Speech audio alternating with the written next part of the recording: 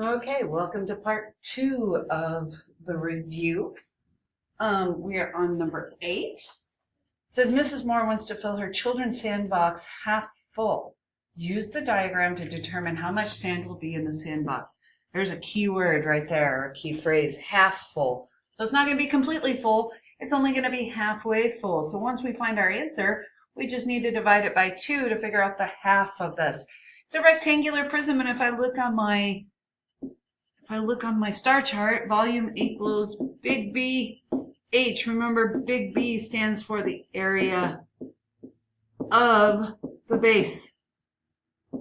Oh, it's not doing. Okay. So area of the base. Well, the base of this thing is a rectangle. So basically, I just have to find the area of a rectangle, which would be 5 times 10. That would be my base right down here. So the 5 and the 10. And then my height is the 6 right here. So I would take that times 6, which is my height. Well, 5 times 10 is 50. 50 times 6, well, 5 times 6 is 30, and then I have one more zero, so it's 300. But remember, that would be for the full thing. We only want half of it. So if I divide that by 2, 300 divided by 2 gives me 150. And my label would be meters cubed because we're dealing with volume. Okay. Number 9, a rain barrel contained 40 gallons of water. Water leaks out of the rain barrel at a rate of 4 gallons every 2 days. So 4 gallons every 2 days. At this rate, how many days does it take for all 40 gallons to leak out of the barrel? So I'm going to make a chart because I've got gallons of water and days. Okay, so I've got gallons and days. And I know it's 4 gallons for every 2 days. And I need to know when all 40 gallons are going to disappear. Well, here's the thing. This one's pretty easy to see that if we want to go from 4 to 40, I'm multiplying by 10. So I would do the same thing here, multiply by 10 to get 20. Remember, I also showed you a different way. How could I get from here to here?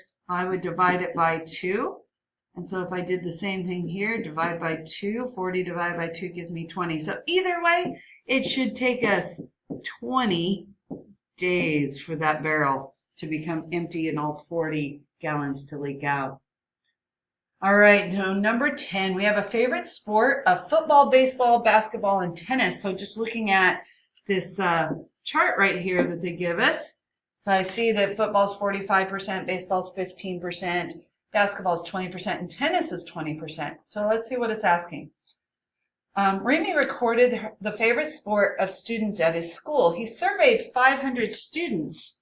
How many students chose baseball? So I noticed that 500 students would be my total, right? That's the total amount of students that were surveyed. So if I set up a double number line, here's what I see. Ooh, we changed color just like that, and I didn't even make it change color. That would be 100% down here, and that would be a total of 500 students. So this is the number of students. And if we're trying to figure out, let's see, baseball. So baseball is the one we're trying to figure out. So we're trying to figure out 15%. Well, I know I can get to 15 by having a 10% and a 5%. And I know I can get to 10% pretty easy because 10% I would just take and I would divide by 10. Well, I'd have to do the same thing here. So 500 divided by 10 would be 50. So it's 50 for the 10% there. Okay. Well, if I needed the 5%, and I know it's kind of hard to see as I kind of squish that in, 5% is half of my 10%. So if I divide that by 2 to jump there, I've got to do the same thing here. So that's going to be 25 for the 5%. Now, I have to put those together to get 15%. So 15% would be 50 and 25 together. So 75 total students said baseball. Now, as I said, remember, you might have set it up differently, and that's okay. Maybe you did a chart. Maybe you said that we know that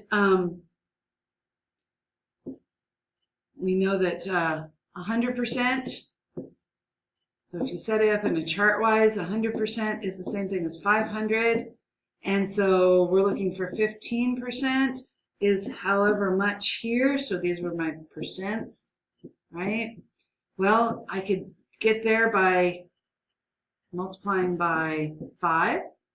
And so I would do the same thing here, multiply by 5. Well, 15 times 5, guess what? That's 75 as well. And so we do end up with the same one. It really just depends on which way you like best. Okay, last page.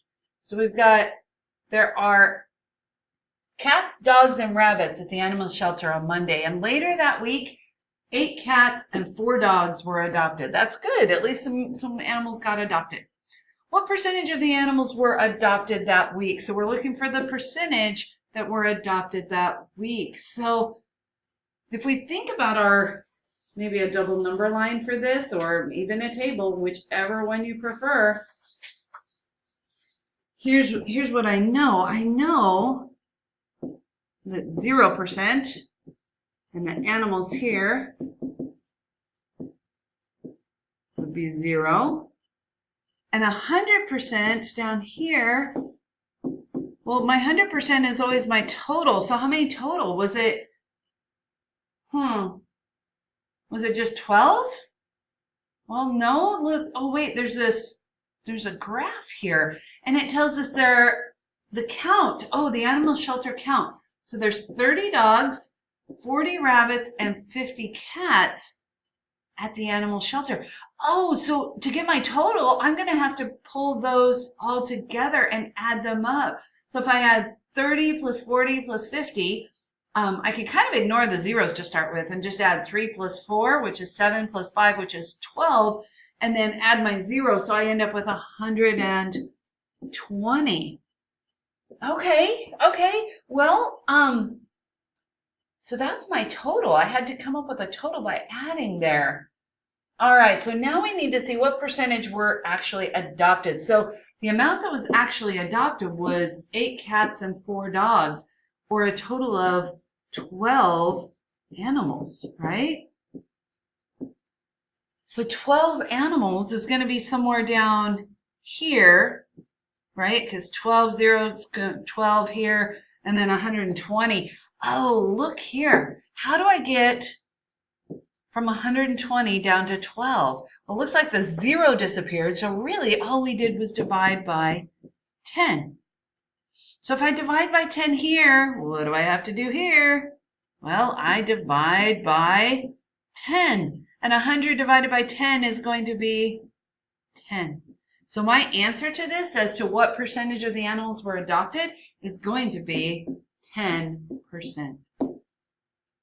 Okay, so I think that's all of them. Yes, it is. So that means if you have questions, if you are not understanding, you need to come in and ask questions so that you are ready for this test. Good luck.